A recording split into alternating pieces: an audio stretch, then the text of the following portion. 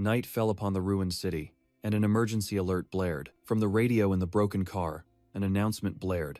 A pack of level 4 monsters, Belto, had appeared at Seodaemon intersection. The dispatch team consisted of level 2 Awakener, Spear Mage, Kim Sang-hoo, and the Zenkaku squad, fighting together. The gigantic Belto were wreaking havoc on the streets. Facing them was Kim Sang-hoo, charging alone into the monster encircle. The monsters raised their long necks, preparing for a sonic attack. Their piercing screams echoed throughout the area. Kim Sang-hoo grimaced in annoyance. With a dozen of these, my eardrums are about to burst, he roared, unleashing a stream of purple lightning energy from his spear. The attack shot straight into a Belto, but it seemed insufficient to wipe out the entire pack. Suddenly, Kim Sang-hoo uttered a name in astonishment. Ra? The monsters simultaneously turned towards a dazzling light source that had just appeared. A colossal pillar of light descended, engulfing the entire pack of Belto in an instant. Kim Sang-hoo was stunned, unable to believe his eyes. What? His female comrade appeared, exclaiming in admiration, "Captain, just as expected from you, taking down so many Belto with a single blow." He coldly denied. "It wasn't me. I'm not a dealer specializing in wide-area attacks like the Blade Queen." They looked at each other, confusion clearly visible on their faces. "Were there any other Awakener units dispatched here besides us?" "No, I haven't heard anything," Kim Sang-hoo muttered. "Strange. As far as I know, no one in this entire country possesses this level of power." The girl pointed out the strangest thing. "They hunted them but left behind the magic stones? That's the most valuable part." "Damn it, what the hell is going on?" Kim Sang-hoo mused. "Such clean cuts, definitely an Awakener, at least A-rank power, and they vanished without a trace. What was their objective?" He ordered, "For now, collect the magic stones and contact headquarters to call in the corpse disposal team."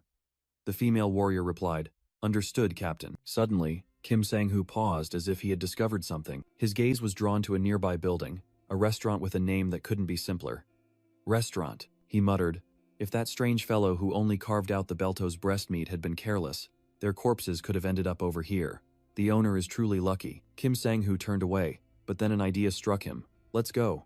I suddenly feel like having a drink." The scene shifted to two small birds chirping on the roof of a car. In a nearby alley, a black-haired young man was walking down the stairs, running a hand through his hair. He quickly wiped the sweat from his face with a towel. The young man headed straight for the main door of the very restaurant that Kim Sang-hoo had just noticed. Inside, he leisurely turned on an old record player. Then he placed a pan on the stove, preparing his meal. His gaze focused on a large slab of meat, today's main ingredient. He gently placed his hand on the monster meat, next to sprigs of rosemary and fresh garlic. The young man stood with his hands on his hips, silently admiring his handiwork. He wondered, "Did I end up cutting a bit too much Belto meat?" he thought to himself.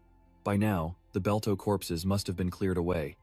Or maybe I should make some jerky." Suddenly, a knock on the door sounded along with an unfamiliar voice. "Is Kang Cheol-ho here?" A man in a suit stood at the door. "I'm from the Awakener Association. Are you Kang Cheol-ho?" The young man calmly replied. "Yes." The association member began. "The thing is, a pack of Belto attacked this area earlier. Fortunately, they were dealt with quickly, but I'm sure you were quite startled." In response to the association employee's inquiry, Kang Cheol-ho casually remarked that monster attacks were an everyday occurrence. The employee sighed in relief. "Fortunately, this area is sparsely populated, so the damage was negligible." Suddenly, he paused, seemingly drawn in by an unexpected aroma. "Ah," the employee took a deep breath. "What a wonderful smell." Kang Cheol-ho merely shrugged. "Well, this is a restaurant." Tormented by hunger, the employee immediately asked for breakfast, and Kang Cheol-ho happily agreed. The doorbell chimed as the employee stepped inside, and he couldn't help but be surprised by the interior space. He exclaimed in astonishment, "This place is like a restaurant from a movie, from before the gates appeared." When asked about the menu, Kang Cheol-ho walked into the kitchen, explaining, "We don't have a menu. The dishes depend on the ingredients available each day." "So, is there a special dish?" the employee asked curiously, while Kang Cheol-ho replied mysteriously, "You could say that." With an enigmatic smile, he announced, "Today's menu is Belto steak." The association employee froze, stammering in reply. Belto? In his mind, the image of Spear Mage Kim Sang-hoo bravely taking down the monster pack earlier appeared. Kang Cheol-ho casually confirmed while cooking, "That's right, thanks to them, I got a lot of fresh, delicious Belto meat." Excited by the unique dish, the employee was also nervously wondering if he had enough money to pay. Under the kitchen lights, Kang Cheol-ho skillfully sliced the monster meat with professional precision. As the steaks were being seasoned, a distant memory suddenly flooded back. 30 years ago, a younger Kang Cheol-ho appeared. his youthful face tinged with panic and fear. When I woke up, his voice echoed in the flashback. I had been summoned to another world. Before the young man's eyes back then was a brutal battle for survival, facing roaring dragons and endless hordes of monsters. After gaining power that surpassed even dragons, I finally defeated the Demon King and claimed the ultimate victory. And by a stroke of fate, I was able to return to Earth, but the soul I once knew was no more. During the 30 years I was summoned to another world, I fought the Demon King and monsters until I was sick of it. I mastered their characteristics and weaknesses, and now I can deal with them perfectly. But upon returning and seeing everyone protecting the world in their own way, I wondered if I needed to intervene again. The era has become like this. It's done. The Belto steak was served, astonishing the association employee. Wow, this dish, he thought to himself. I only planned to grab a quick bite and leave, but this is unbelievable. Let's try a bite.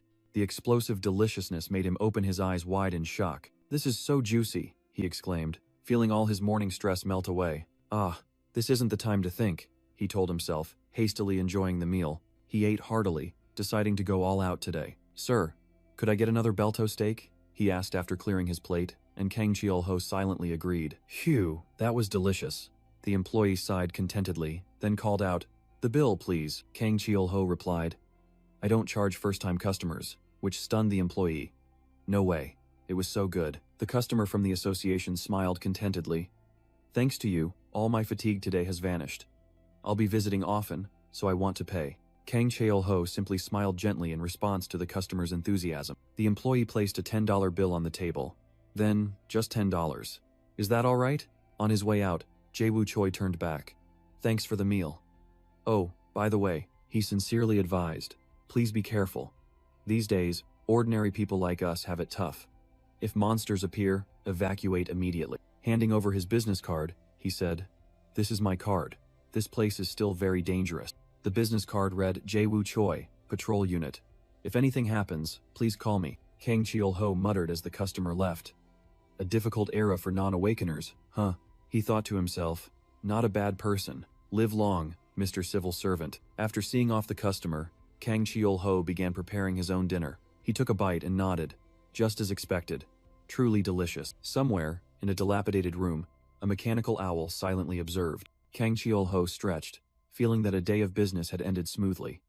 I'll have a drink and then go inside. He looked at the colorful eggs. Maybe I'll make some snacks with the Belto eggs I bought earlier? Suddenly, the doorbell rang, making him turn around. A stranger with fiery red hair walked in, his eyes full of purpose. There you are. Kang Cheol-ho narrowed his eyes at the uninvited guest. The red-haired man growled, his eyes flashing with anger.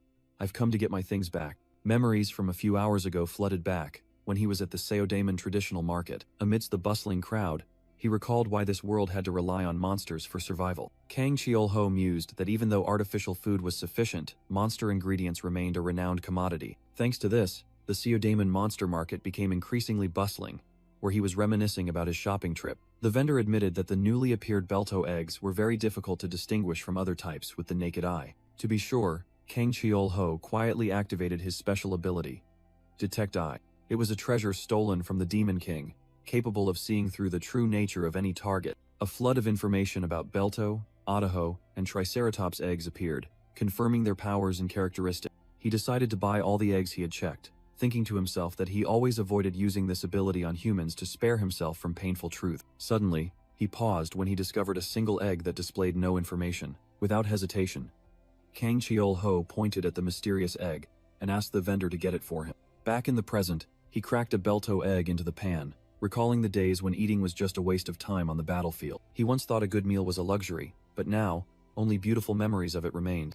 The Belto scrambled eggs were complete, a simple recipe with Belto eggs and cowhall milk. The aroma of the dish took him back to the past, to simple meals with his comrades on the smoke-filled battlefield. Kang Cheol-ho bit into a sandwich, savoring the rich taste of the eggs and the familiar soft texture. Truly delicious, he murmured to himself in the quiet space, closing his eyes to reminisce. The dear faces he could no longer meet began to appear, making him wonder if he had grown old. His thoughts returned to the mysterious egg that Detect Eye couldn't read. He knew that dragon treasures were created from their own power, so it couldn't affect its own kind. He touched the blue egg, and a bold hypothesis emerged. Could this be a dragon egg? Just as he was engrossed in thinking about what to make from the precious egg, a silhouette kicked open the door and burst in. Kang Cheol-ho turned around, facing the red-haired intruder who asked, "Is this a restaurant?" The red-haired young man growled, clenching his fist. I've come to retrieve what's mine. He pointed directly at Kang Cheol-ho, stating firmly, So it's here. Kang Cheol-ho's eyes glowed purple as he thought, I can't get any information about this kid. And if he's looking for this egg, Kang Cheol-ho suddenly asked directly, Are you a dragon? Struck by the truth, the red-haired young man was stunned, while Kang Cheol-ho calmly remarked, It's surprising that this world also has dragons. I had my suspicion. Rage flared, and the stranger's entire body was engulfed in flames as he yelled, How do you know my identity? The flames spread, burning the tabletop, and he roared, Answer my question. Human. Kang Cheol-ho calmly explained, I have no intention of fighting. I possess an artifact called the Detect Eye, and information about dragons is the only thing I cannot see. The red-haired young man froze, his mind reeling. The Detect Eye. Why is a dragon artifact in your hands? This guy isn't a normal restaurant owner. Take it, Kang Cheol-ho said. I'm glad its owner has come for it. I hope you'll clean up thoroughly before you take it. The dragon's gaze suddenly fell upon the blue kitchen knife. Azure Dragon Scale? Is that a weapon? Kang Cheol-ho replied. It's a knife, but it can also be a weapon. I usually use it in the kitchen. He was horrified when he recognized the scent from the cutting board. Dragon bone? Realizing his kin had been turned into kitchenware, dragon scales began to appear on his face in a fit of rage. I cannot forgive you. A destructive energy orb was unleashed with a roar. Die, you human vermin. Facing the attack, Kang Cheol-ho merely sighed in exasperation. A blue energy orb easily neutralized the attack, sending the dragon flying into the air, while Kang Cheol-ho nonchalantly lay on the floor. Just as I thought, it's hard to clean up. He stood up, blue lightning enveloping his body, and coldly stated, Dragons. A purple energy greatsword formed in his hand, his eyes flashing with a deadly glint. Must be. Kang Cheol-ho swung the greatsword, preparing to deliver a decisive blow to the intruder. In a fit of rage, the red-haired young man roared. Huh? Kang Cheol-ho coldly retaliated with a devastating punch, recalling, Beaten, until they obey, he finished, grabbing the defeated foe's face. Memories flooded back, a familiar voice from the past echoing, I'm going to capture the Demon King. No time for trivial matters. Let's get straight to the point. The warrior in black armor, Miro Lycus, declared, Hand over the divine artifact. If you don't cooperate, I'll defeat you and take it. Facing him was a colossal dragon, which roared, What nonsense is this crazy human spouting? A smaller dragon frantically interjected. No, father, he's Miro Lycus. It clutched its head in despair. I saw him 30 years ago. Father will surely be defeated. Miro Lycus merely glanced at the young dragon, uttering coldly, A child. The terrifying memory ended, and the red-haired young man awoke with a piercing scream. Back in reality, Kang Cheol-ho calmly sat opposite him. You're awake. Shall we talk about the cleanup now? He took a sip of wine, setting a condition. After you've finished cleaning, I'll let you take your belongings. He added, his voice full of hidden meaning. I don't like dragons, so if you don't obey, I'll have to resort to a little violence. Completely subdued, the red-haired young man reluctantly picked up the cleaning rag. While wiping the floor, he explained, I came from the S-band continent, falling here through a spatial rift. Kang Cheol-ho mused. No wonder those monsters looked familiar. This must also be from S-band. Then he unexpectedly revealed, In your world, my name is Miro Lycus. Here, I am Kang Cheol-ho. The red-haired young man froze, his limbs stiff. I knew it. He's that guy. Once the floor was spotless, Kang Cheol-ho permitted. Good. Now you can go get your belongings. But instead of leaving, the red-haired young man turned back and questioned. Why didn't you return my father's divine artifact after killing the Demon King? Kang Cheol-ho immediately recognized the name, Ekmund Rex. So you're that child from back then. He casually invited, Come here. I stopped beating dragons 30 years ago, which only made Ekmund Rex more terrified. Don't lie. You just beat me. When asked his age, Ekmund Rex hesitated, calculating. I remember being a little over 50. Kang Cheol-ho sneered. Then I'm older than you, making the young dragon bewildered. Are you an elf? The smug restaurant owner asked. Am I that handsome? Making Ekmund Rex blush in embarrassment. Not really. But then Kang Cheol-ho suddenly became serious, his voice full of authority. Anyway, punishment is the cure for disobedient dragon. He couldn't help but laugh at the dragon's tiptoeing manner. It's quite amusing to see a dragon having to tread lightly and speak softly because of a human. Teased, Ekmund Rex shrieked in fear. Dragons can be scared too. You killed my kin. Are you going to kill me too? Kang Cheol-ho calmly denied. I've beaten a few dragons, but I've never killed one. He further explained, Your father's divine artifact was shattered when I fought the Demon King, so it cannot be returned. Seeing that the other party was still tense, Kang Cheol-ho changed the subject. placing a bottle of wine on the table. "Do you drink?" Ekman Rex arrogantly yelled. "You! How could I drink with a mere human?" Yet, with just one glass, the proud dragon collapsed, completely drunk. He mumbled drunkenly, "You should be proud to drink with a dragon," making Kang Cheol-ho just give a wry smile. Looking at the blue egg on the table, he asked, "Did you lay that?" Ekman Rex drunkenly roared, "I'm male. That's my younger brother." He began to recount his tragedy, about a spatial rift that suddenly appeared in the dragon's lair. Kang Cheol-ho concluded, "So you became a lost soul between dimensions, and learned that he had been here for half a year." He mumbled, relating it to himself. "Just like when I returned to Earth," making Ekman Rex curious. "Didn't you return immediately after killing the Demon King?" "I had a few things to take care of," Kang Cheol-ho replied concisely, while the drunken dragon mumbled meaningfully, "How interesting." Then suddenly, Ekman Rex's voice sharpened. "Why is someone like you hiding here? Don't you want this world in your hands?" Ekman Rex growled angrily, "Humans always only know power and war, even when you've saved the world." Kang Cheol-ho replied indifferently, gently swirling his wine glass. "That's true, but I'm tired of those things." "I don't believe a human's words," Ekman Rex said skeptically, but Kang Cheol-ho merely replied, "Then take good care of your only younger sister." Hearing that, Ekman Rex immediately changed his attitude, hugging the egg tenderly. "My younger sister, she's so beautiful." But Kang Cheol-ho suddenly noticed something unusual.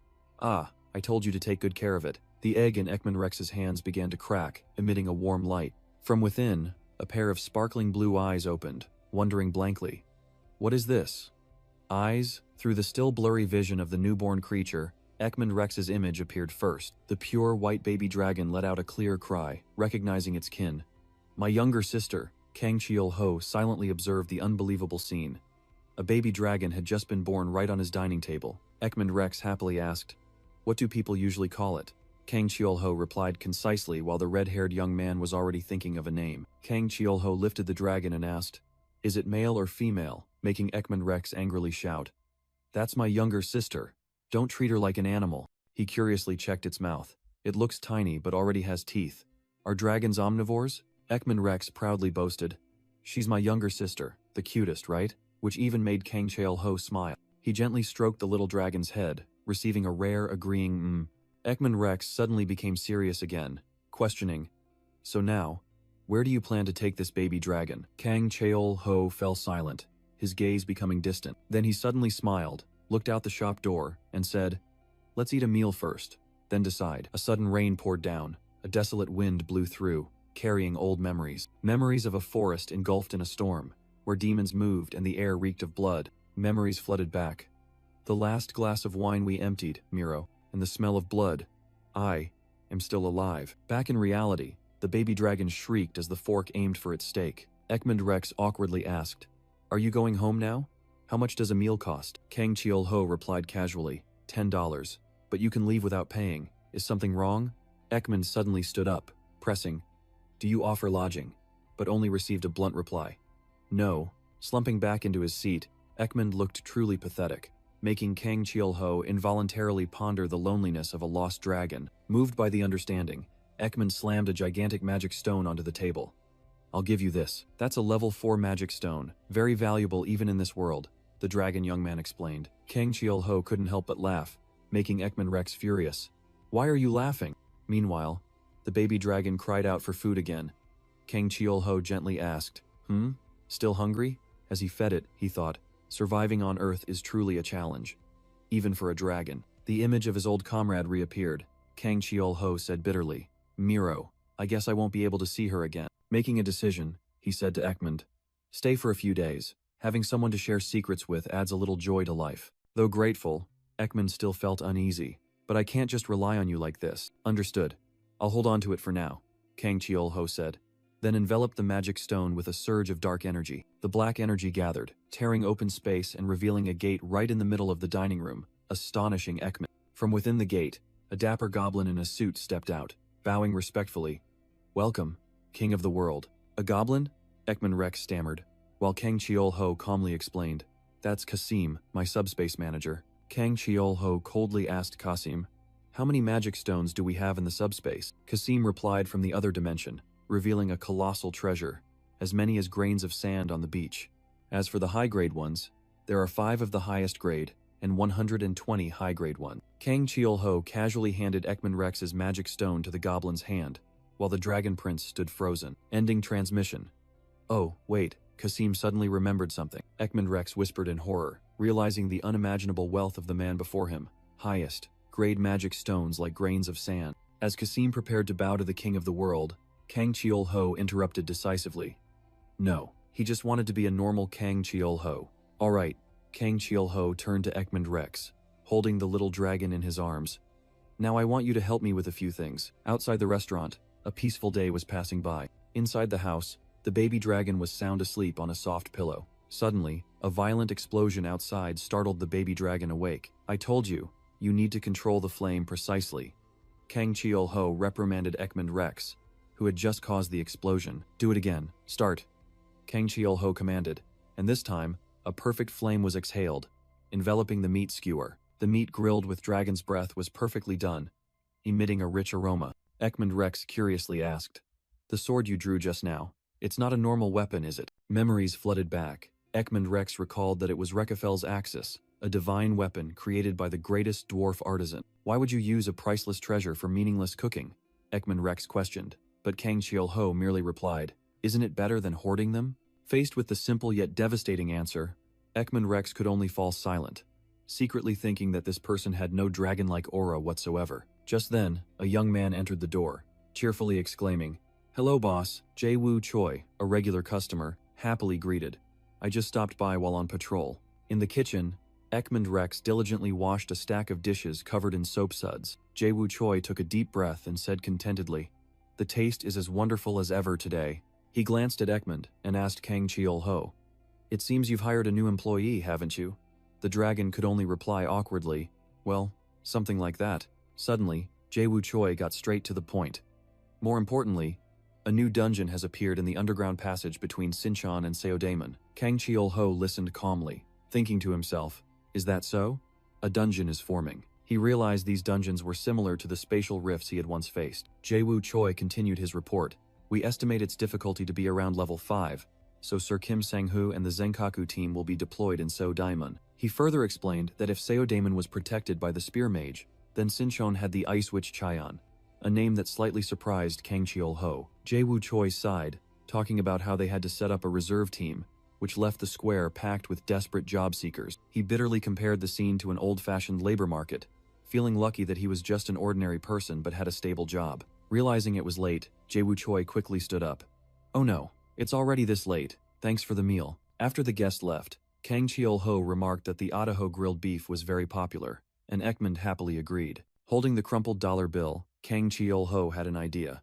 "Maybe I should buy more Idaho meat." Soon after, he was at a butcher shop, calling out loudly, "Give me 10 June of Idaho beef tenderloin." As he requested the meat whole, he heard a loudspeaker nearby, announcing recruitment for a dungeon raid. Kang Cheol-ho's eyes were drawn to a crowd of awakened, among whom was a familiar figure in red armor. He recognized it was Kim Sang-hoo, the level 2 spear mage, who was also observing the recruitment area. Looking at the recruitment board with roles like healer and DPS, Kang Cheol-ho found everything very similar to the game systems he used to play. As the world operated like a fantasy game, harsh laws of supply and demand also formed accordingly. While support roles were highly sought after, damage dealer positions were always saturated. A desperate awakened pleaded, "Is there any room for a DPS?" but only received a cold refusal because the team was short on healers. Jae-woo Choi quietly observed, thinking to himself about the family burdens these people might be carrying. Kang Cheol-ho also witnessed the scene, his eyes becoming thoughtful. He watched Jae-woo Choi's back as he left, a thought echoing in his mind. He's a good person, just worries about others more than himself. Jae-woo Choi walked down the dimming street, his hand unconsciously slipping into his pocket. He pulled out his wallet. It didn't look like there was much inside. A heavy sigh escaped him, revealing the patrolman's own weariness. Meanwhile, Kang Cheol-ho had returned to his restaurant. He looked around the spotless kitchen, wondering, did Khan come in already? Suddenly, the sound of the door opening made him turn around. A tall, muscular man with an exhausted expression walked in and asked, "Is the shop still open?" Kang Cheol-ho silently placed a glass of water on the table for the guest, who mumbled a thank you. The guest hesitantly asked, "Do you sell ramen here?" And Kang Cheol-ho replied simply, "It's fine, wait a moment." He took down a packet of noodles, thinking about the cheap dish that hadn't changed for 3 decades. When asked the price, Kang Cheol-ho replied, $2. The guest was stunned by the unbelievable price. Then his eyes lit up. "So, Can I order 5 bowls? Kang Cheol-ho was slightly surprised by the request, but the guest insisted. Yes, definitely. Please help me. Kang Cheol-ho's eyes flashed as he quietly activated his skill. What is this? Detect Eye. An information panel appeared, revealing the guest was a Shikshin, bringing back memories of an old comrade. He recalled the nature of this ability. The more one ate, the stronger their body became. The potential was limitless when eating high-level monster meat, but the price to pay in the early stages was incredibly harsh. Until strong enough to hunt monsters, the wielder of this ability was merely a weakling and had to endure an endless, gnawing hunger, which only subsided once a certain level was reached. Realizing the guest was still struggling in that agonizing phase, Kang Cheol-ho tore open a packet of noodles and made a decision. Immediately after, an oversized bowl of ramen with fragrant grilled Idaho beef slices was placed in front of the guest. The man was stunned. This is? And only received a simple answer. My treat. Kang Cheol-ho thought to himself. In this chaotic world, good people were always the ones who suffered the most, and he wouldn't ignore it. He offered a simple reason. We treat our first customer of the day, as the man, with tears in his eyes, prepared to eat. With a sincere thank you very much, the guest took his first bite of meat. A burst of flavor exploded in his mouth, and his face immediately lit up with delight. I never imagined meat could be so rich and fragrant, he exclaimed, causing Kang Cheol-ho to subtly smirk. After that, he began to devour the remaining noodles at a terrifying speed. Not a single drop of broth was wasted as he lifted the entire bowl and slurped it dry. Holding up the gleaming empty bowl, he exclaimed contentedly, "It was wonderful." The man bowed his head, thanking Kang Cheol-ho once more, and was met with a calm nod. But then he remembered about paying, and his face changed color as he frantically discovered his pocket was completely empty. In Jae-woo Choi's pocket, beside a few crumpled bills, was a tie. He awkwardly handed the dirty money to Kang Cheol-ho, but still sincerely thanked him for the delicious meal. I'll come again next time, Jae-woo Choi said, then turned and walked away, looking tired. Ekman Rex rubbed his eyes and asked, when did you get back? While Kang Cheol-ho silently pondered the recent guest. Kang Cheol-ho thought to himself about the man's difficult life, then quickly dismissed it from his mind. Not long after, he met the man again. Jae-woo Choi was walking down the street when he suddenly stopped, sensing something ominous. Right above him, a gigantic dark gate tore through the city sky as it exploded. The gate burst open, spewing a vortex of chaotic energy down onto the panicked crowd below. At the scene, a middle-aged man tried to cross the security barrier but was stopped by a guard. I'm an awakener. Let me in to help, he pleaded. But the guard coldly asked about his rank. He awkwardly admitted he had no special skills and was flatly refused due to the dungeon's danger level. The guard advised him to evacuate, unaware that a nearby schoolgirl had just flinched upon hearing a familiar voice. The young girl looked up, stunned to recognize the man. Dad? The father froze, crying out in despair upon seeing his daughter right in the danger zone. Mijin. He rushed towards her, questioning why she was there instead of at school. Dad will handle it. Hurry and go, the father urged, but Mijin only replied with a worried question. Worried? She burst into tears. Dad said my only skill is eating well. You eat and work all day, and don't even come home. Do you really think rushing into the middle of all these injured people is worth it? I told you I needed money, so I came out to earn a scholarship, Mijin yelled, pushing her father away and insisting, just evacuate. Mijin collapsed, staring in shock at her father's tie lying on the ground. Dad doesn't even have a decent weapon, she thought despairingly. Just then, an awakener with legs glowing with energy stepped onto the scene. Led by Kim Sang-hoo, the professional raid team advanced, sweeping past the father and daughter. A female commander loudly declared, Raid complete. Healers, focus on treating the injured. Hearing the call, Mijin cast aside her fear, replied, yes, and rushed forward. Amidst the chaotic scene, words of gratitude echoed, acknowledging the sacrifices of the awakeners. Meanwhile, elsewhere, Kang Cheol-ho quietly wiped his kitchen knife, pondering the power classes. This system divided power into 5 master tiers, with special schools to train the new generation. After mastering the first class, one could choose a second path for themselves. Possessing 2 power classes was a rare feat, enough to be ranked among the association's elite. So, if someone awakens with a useless ability, he muttered, gripping the piece of meat. Finding peace in an ordinary job is also natural. His thoughts drifted to the father and daughter who were leaving, but Kang Cheol-ho was different. He recalled, the 6th class. In the final battle, I mastered it. He sighed.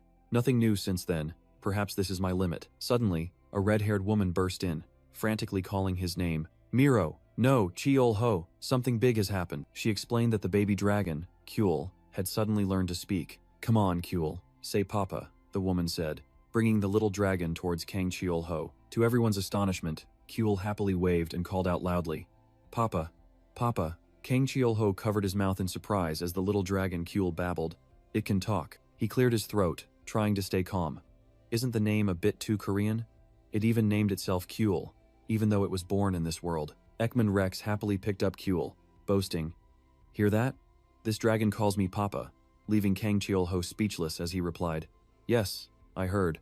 Ekman curiously asked about Kuel's potential, to which Kang Cheol-ho mused, "I'm curious too. We'll probably have to wait for it to grow a bit more." Suddenly, the doorbell rang, accompanied by a deep, hoarse voice. "Boss." The haggard-looking man walked in. It was Mijin's father, and he asked, "Can I get 5 bowls of ramen right now?" Ekman Rex sighed in exasperation, seeing Kang Cheol-ho having to deal with another reluctant customer, thinking to himself, "Why do I have to run a real restaurant like this?" The father began to confide, "Today, I went to a gate raid party and happened to meet my daughter there." He clenched his fists, his voice full of bitterness.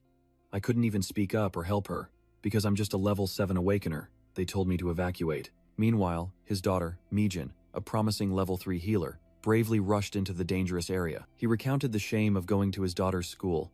"That's the girl you saw last time. That uniform was too expensive. I thought I should at least buy something to attend the parent-teacher meeting. But in the end, I only had enough for a tie." His voice trailed off in despair. "What's so great about a father who can't even provide for his daughter's graduation?" The man laughed in agony, burying his face in his hands. "Haha, damn it. Even in this situation, I still feel hungry." Kang Cheol-ho listened silently, a sense of empathy rising within him. "I am also a useless food type awakener." After the customer left, Kang Cheol-ho returned to the kitchen and called, "Ekmund." Ekmund Rex, busy, replied, "What is it? Would it be all right if I fattened you up?" Kang Cheol-ho's sudden question startled Ekmund Rex, who shrieked in panic. "You bastard! Are you planning to wait until I'm fat and then eat me?" "Just kidding." Kang Cheol-ho calmly pointed at something. "That's Kuel's shed skin." Still stunned, Ekman Rex asked, "Why are you staring at it like that?" Kang Cheol-ho replied with a serious expression, "I collected them carefully." Ekman Rex shrieked in horror.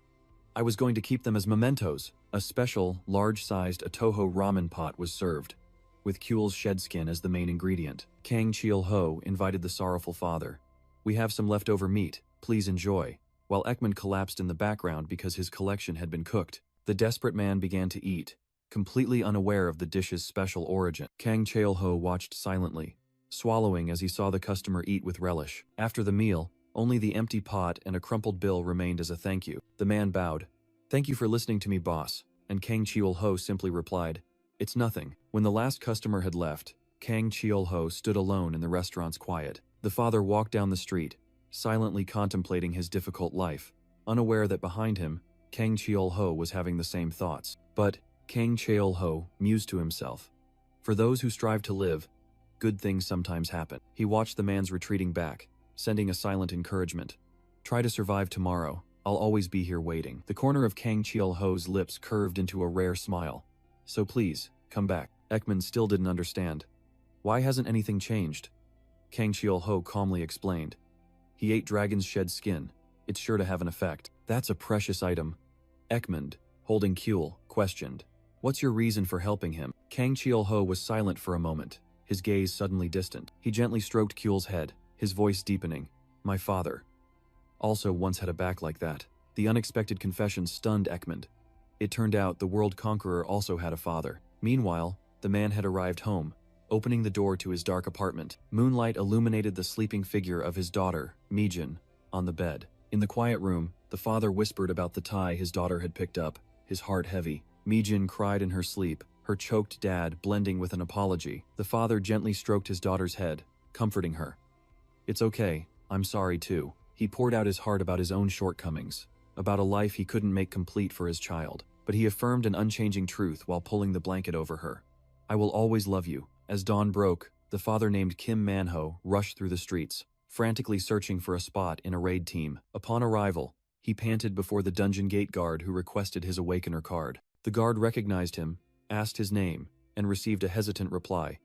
Kim Manhwa. Memories of the incident at the Yeongdongpo dungeon flooded back, when he was the one who collapsed midway. Despite concerns about the risks, the guard still allowed him to join, advising him to do his best. Recruitment complete, the entire team headed towards the dungeon gate, which was emanating dark energy. At the same time, elsewhere, Kang Cheol-ho leisurely walked down the stairs. He calmly walked past a parked truck. A Zenkaku team bus sped past right in front of him. Kang Cheol-ho paused, a vague sense of unease suddenly rising within him. Back at the scene, the gate suddenly mutated, and malevolent energy erupted violently. Inside, Spear Mage Kim Sang-hoo frantically yelled, "Damn it, the gate has closed." Amidst the chaotic crowd, Mijin desperately screamed her father's name upon hearing that the Mana Crystal Company team was trapped. Under everyone's horrified gaze, especially Mijin's, a hidden boss seemed to have appeared, swallowing all hope. Kim Manhwa took his first step into the dungeon, a primeval forest fraught with danger. As commander, he rallied the clear-out team. "Don't spread out. Stick close to your comrades while taking down the small monsters. Let's go." Immediately, a dinosaur monster lunged out from the bushes, aiming straight for Kim Manhwa. It quickly changed targets, biting another team member amidst a piercing scream. In the midst of battle, Kim Manhwa suddenly realized his body was unusually full of energy, feeling neither hunger nor fatigue. "What is that?" a red-haired female comrade exclaimed in horror, her eyes fixed on the sky. A gigantic, abyss-black crack was tearing through the space inside the dungeon. Sensing the terrifying threat, the other team members began to scatter and flee. A colossal foot descended upon the ground, shaking the entire forest. From the crack, a hidden boss emerged, letting out an earth-shattering roar, making Kim Manhwa yell, "Damn it, it's the hidden boss." The man's face turned pale, horror evident as he realized he was facing death. A female comrade, running, explained in despair that when a hidden boss appears from a spatial rift, the clear-out team will almost certainly be wiped out. Kim Manhwa muttered the legendary monster's name. "Tigrex? It's coming! Hurry!" the red-haired girl yelled, trying to pull him away. But Kim Manhwa stopped, sweat pouring down his face, yet his eyes gleamed with a determined light. His gaze was no longer on the boss, but fixed on the sparkling magic stone on the corpse of the recently defeated monster. He thought to himself, if only he had this B-grade stone, he could buy Mijin new clothes and let her eat better food. "Hey, are you crazy? Get over here!" another comrade yelled from a distance. Despite everything, Kim Manhwa reached out towards the magic stone, determined to gamble his life. If only I had this." The Tigrex charged, its colossal jaws ready to swallow Kim Manhwa whole. An incredibly powerful force flung him far away, his body crashing mercilessly. In that moment, he bitterly realized, this is the pathetic state Mijin talked about. Even until the very last moment, I was still so foolish. The chaotic scene outside the gate flashed before his eyes. Memories flooded back, showing his beloved daughter sobbing in her sleep. Then came Mijin's radiant smile on her first day of school, and the innocent appearance of the little girl when she was young, and the tears of the motherless child at the funeral. He vividly remembered his daughter's tiny form on the day she was born. A whisper echoed in his ears, "Dad, I'm sorry. I can't die like this." He gritted his teeth. "I can't leave Mijin alone in this world." Kim Manhwa struggled to his feet, facing the monster. "I told you I can't die here." The Tigrex roared, claws digging deep into the ground, preparing for the kill. It lunged forward like an arrow, determined to devour its stubborn prey. But this time, the man didn't back down. Absolutely not. He let out a resounding roar, defying even death itself. "I can't die now." A punch enveloped in a blazing red aura suddenly stopped the monster's fangs. Energy surged around his fist. An unprecedented power was awakening. From a distance, another survivor was stunned. Is that a rank up?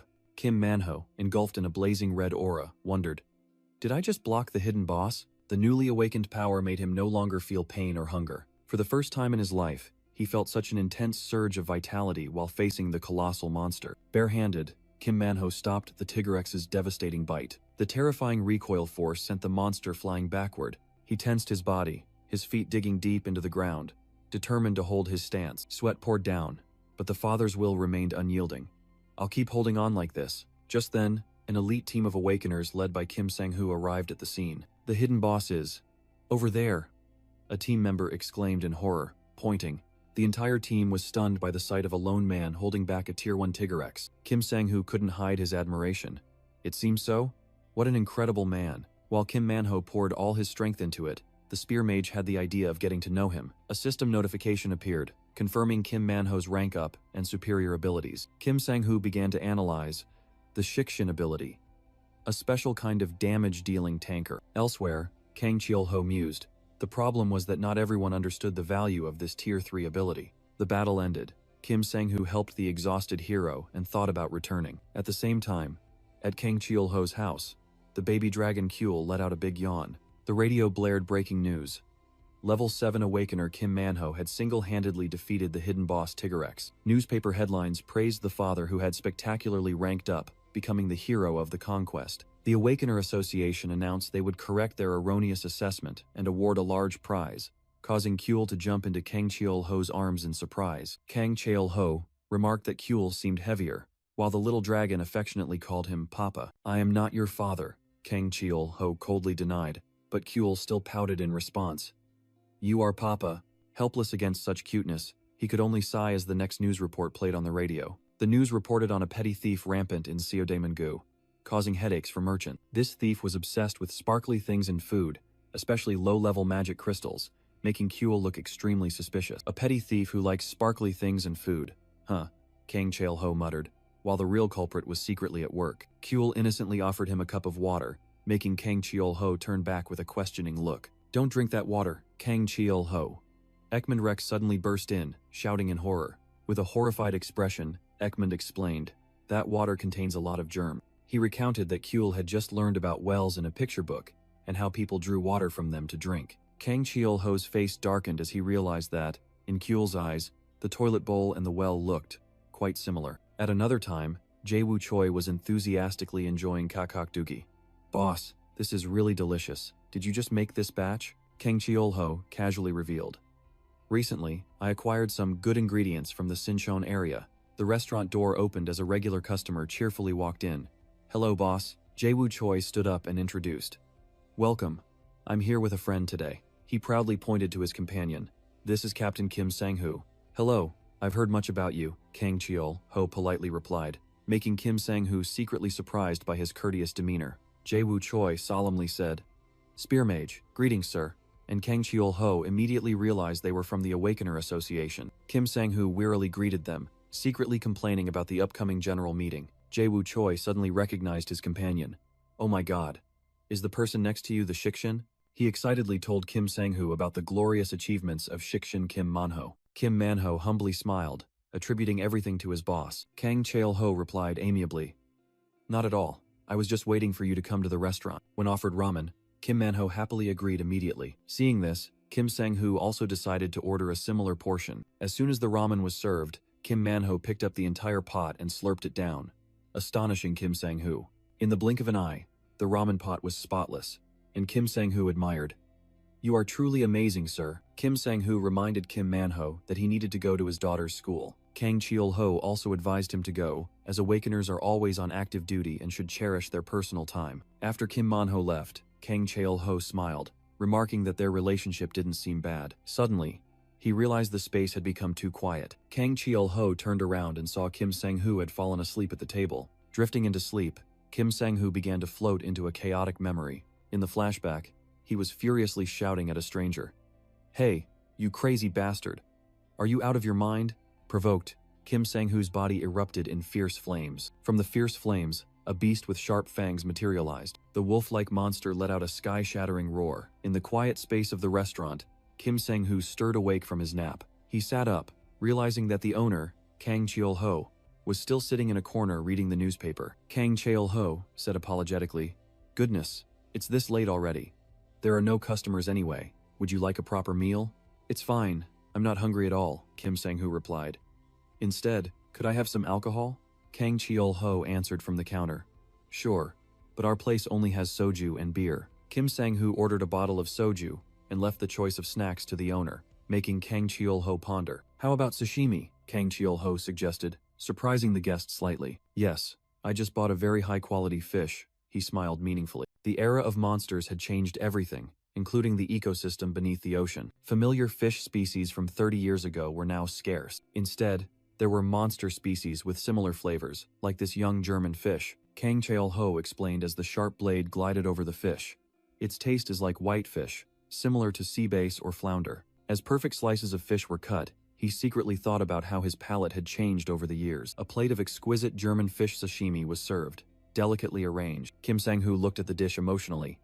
"It's been a long time since I've had sashimi." Then, he slowly savored the first bite. A pure, gentle flavor spread, combined with crispy, shredded radish, washing away all fatigue. Seizing the moment, he downed a glass of soju while the flavor still lingered. "Ah!" A refreshing sigh escaped him, feeling as if he had been reborn. Now I feel like I'm getting off work for the first time this week, Kim Sang-hoo told Kang Chil-ho in the quiet of the night. Kim Sang-hoo smiled, enjoying the peaceful moment.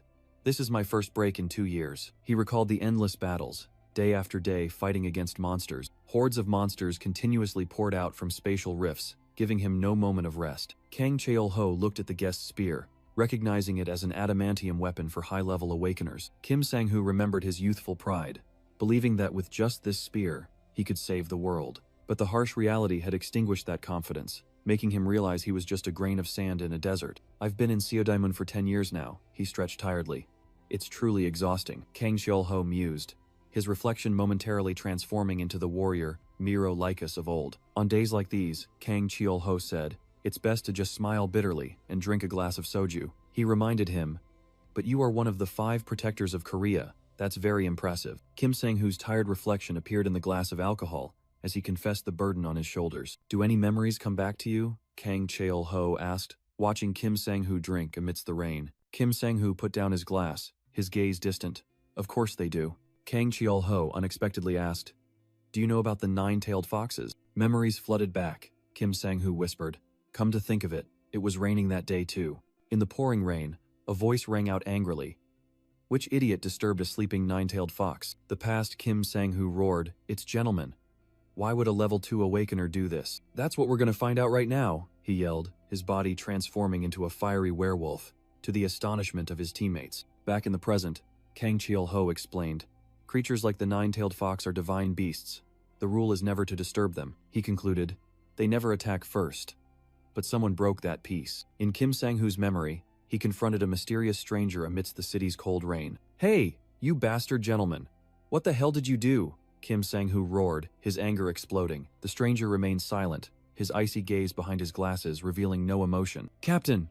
The desperate cry of a red-haired female warrior rang out as she witnessed a horrifying sight. A gigantic, fiery 9-tailed fox, like a nightmare, roared in the heart of the city. Form ranks.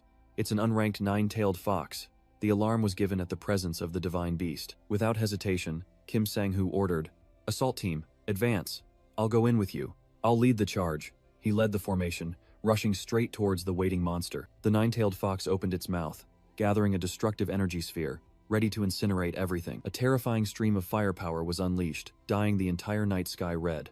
In the eyes of a warrior, the image of destruction was reflected hauntingly. From a distance, a group of mysterious people silently observed the life or death battle. Don't look directly at the flames on its tail. You'll get hallucinations, Kim Sang-hoo yelled, but his teammates were already panicking. Captain, it's coming. A gigantic, elaborately decorated magic shield appeared to fend it off. The entire team braced themselves against the terrifying heat as the flames collided with their defenses. The red-haired female warrior poured all her strength into chanting a spell to erect a stronger shield formation. The magic barrier temporarily held the monster at bay, but it was only a matter of time. Suddenly, another warrior with a purple spear appeared, his eyes full of determination. He charged straight through his own teammate's defensive barrier, without a moment's hesitation. Now shut up, the spearman yelled, his sharp spear tip aimed directly at the 9-tailed fox. The unknown spearman delivered a decisive blow, his purple spear piercing directly into the 9-tailed fox's jaw. The fiery beast's eyes reflected extreme horror before fading out. Its pupils contracted, signaling the end of a mythical creature. The spearman's face was tense, sweat pouring down as he put all his strength into the attack. The 9-tailed fox let out a final roar amidst the sea of flames, its massive body disintegrating. Back in the present, Kim Sang-hoo recounted thoughtfully, the 9-tailed fox raid lasted all night. Finally, when we succeeded, amidst those heart-wrenching screams, I heard crying. A wounded fox cub, curled up in the rain, appeared in his memory. Kim Sang-hoo, in his old armor, was stunned as he realized. A cub? He explained. The eagle that guy released hunted and caught a 9-tailed fox. Kang Chil-ho listened intently as Kim Sang-hoo continued. That must have been a mistake. Even geniuses make mistakes. But we are not allowed to make such mistakes, he concluded with a stern expression. Kang Chil-ho asked in surprise, there was a cub? And received the bitter reply, yes. Unfortunately, we eliminated it. Kang Chil-ho placed a comforting hand on his shoulder, while Kim Sang-hoo bitterly stated that was how it ended. A noisy story in the media 2 years ago. I think that was a good choice, Kang Chil-ho remarked, making Kim Sang-hoo force a smile. Feeling he had said too much, Kim Sang-hoo stood up. I'm leaving now, please bill me. He added, could you pack me a portion of the freshly served sashimi? Of course, Kang Chael-ho replied. Then the scene shifted to a starry night sky. Kim Sang-hoo walked silently into the dark night, his back a lonely silhouette. His eyes reflected a complex emotion, the burden of the past still deeply etched. In a hazy memory, Kim Sang-hoo grabbed the culprit's collar. "You crazy bastard! You messed with a mythical creature, a cub?" he roared in the pouring rain. "Just saying mistake makes it okay? So many people almost died because of you. What if it happened in the city center?" Back in reality, after the heavy conversation, a bitter smile appeared on Kim Sang-hoo's lips. His lonely silhouette strode amidst the ruins, the burden of the past still deeply etched. Meanwhile, Kang Chael-ho also sank into his memories. The nine-tailed fox, a monster I once saw on the Espen continent. He recalled that they were originally friendly, revered creatures, until he himself had to stain his hands with their blood. "I hunted too, and regretted it both times." His thoughts echoed over the image of a tragic victory. Turning back to Kim Sang-hoo, he stood amidst the desolation, telling himself, memories like these never fade. He silently opened a paper package. Inside was a carefully prepared portion of fresh meat. They remained like invisible scars, the dull ache in the warrior's heart. Like unspeakable screams, terrifying memories flooded his eyes, forcing me to constantly relive that moment. He faced the illusion of 3 blazing fireballs. In the dark forest of his mind, the ghostly flames still hovered, waiting. Suddenly, a small, clawed foot gently stepped out from the shadow. An orange 3-tailed fox cub appeared, innocently approaching the fireballs in his memory. Kim Sang-hoo gritted his teeth, confessing to himself, "I couldn't kill it. Back then, I couldn't." The image of the pale white fox cub, dying in the rain that day, reappeared, stabbing a knife into his heart, perhaps because of its desperate eyes. "I don't know, I just didn't want to," he thought. Looking at the small fox in front of him, he sat down on the ground, mocking himself. "Whatever.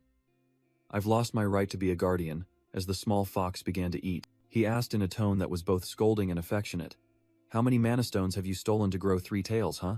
The small fox ravenously devoured the pieces of meat Kim Sang-hoo brought. Suddenly, Kim Sang-hoo grabbed it by the scruff of its neck and lifted it, his expression cold. The fox cub growled, its body flaring with crimson energy as 5 tails appeared. He tightened his grip, his voice tense. "Listen carefully. I can't ignore this anymore. The association will act soon. Leave the city and live a peaceful life." He set it down on the ground, the spear in his hand hanging loosely. "Go." Hearing the fox's whimper, Kim Sang-hoo gritted his teeth, trying to suppress his own pain. Seeing it still hesitate, he turned his back and shouted, "Go, you fool." A sad smile flickered on his lips as the fox finally ran off. "Yeah." Standing alone under the moonlight, he whispered a farewell. "Hurry up and go." The small fox darted across the city rooftops, a blurry orange streak in the night. It suddenly stopped, ears perked, drawn by an unfamiliar presence. Looking through the window, it saw a small white creature excitedly waving from inside. Kuel pressed against the glass, happily calling out, "Dad! Umuro!" The baby dragon's eyes widened in surprise as the fox's face appeared right in front of it. In its naive mind, a simple deduction formed. A soft, harmless creature. A new friend. Kang Chael-ho opened the door, stunned by the sight of 2 mythical creatures playing on his bookshelf. His gaze locked onto the fox. "So it was you." Holding Kuel in his arms, he offered a gentle smile. "No wonder I sensed 9-tailed fox energy from the mountain behind. Want something to eat?" But as soon as he finished speaking, a wisp of sinister purple smoke suddenly curled up from his fingertip, and his expression turned cold. "It seems you've already eaten something somewhere." From a spatial gate, Kasim appeared and greeted, "Hello, ordinary Kang Chael-ho. What brings me here this time?" "Huh?" Kang Chael-ho pointed at the small fox on the table. "It's a young 9-tailed fox. Just take one of those magic stones." While Kang Chael-ho held Kuel, Kasim respectfully offered a sparkling purple magic stone. The fox cub immediately took the stone in its mouth, and Kang Chael-ho thought to himself, "A Tier 1 magic stone will be quite useful for its growth." The magic stone shattered, releasing a massive surge of energy. A brilliant light enveloped the fox as it fully absorbed the power. After the process concluded, Kang Chael-ho opened the window and said decisively, "Now, go." He silently watched the small figure soar into the night, with only Kuel's cries remaining in his arms. The fox landed on a pillar on a rooftop, alone in the vast city. It remembered the spearman who had driven it away. "I know you're very kind, even if you pointed your spear at me." A tear rolled down its cheek. "But I won't be able to see you again, will I?" Meanwhile, elsewhere, Kim Sang-hoo lay in the forest, pondering. In a dark place like this, the 9-tailed fox's flames would stand out. He closed his eyes, sending a silent message. "So don't come back. And, live well." His words echoed as the fox looked up at the bright moon. At the same time, at the Korean Awakener Association headquarters in Yongsan, Seoul. This is where 5 Tier 2 Awakeners, known as the Nation's Guardians, gathered. The association also deployed its 3 most elite Tier 1 Awakeners for special mission, and the one in charge of it all was none other than the association president, Yu Jinsu. In his office, President Yu looked out the window and sighed. "Chaeyeon, it's too hot." Ice Witch Chaeyeon coldly replied, "It's summer, after all. Shall I make some ice for you?" President Yu Jinsu said indifferently, "No, summer should be hot." Anyway, Chaeyeon seriously got to the point. The Mandragoras have disappeared, haven't they? They were a type of plant monster with extremely potent toxins, capable of spreading within a 1-kilometer radius. Worse still, its scream when unearthed was powerful enough to kill ordinary people and low-level awakeners, Chaeyeon reported. 13 such plants have vanished without a trace, an extremely strange incident. Yu Jinsu chuckled. Since when did vegetables grow legs and run away? He decided, I'll call Gabi. You should discuss this with her. Shadowcat Lee Gabi? Has she returned? Chaeyeon was surprised to hear the name. Meanwhile, in an apartment, the baby dragon Kuel rubbed its eyes and woke up.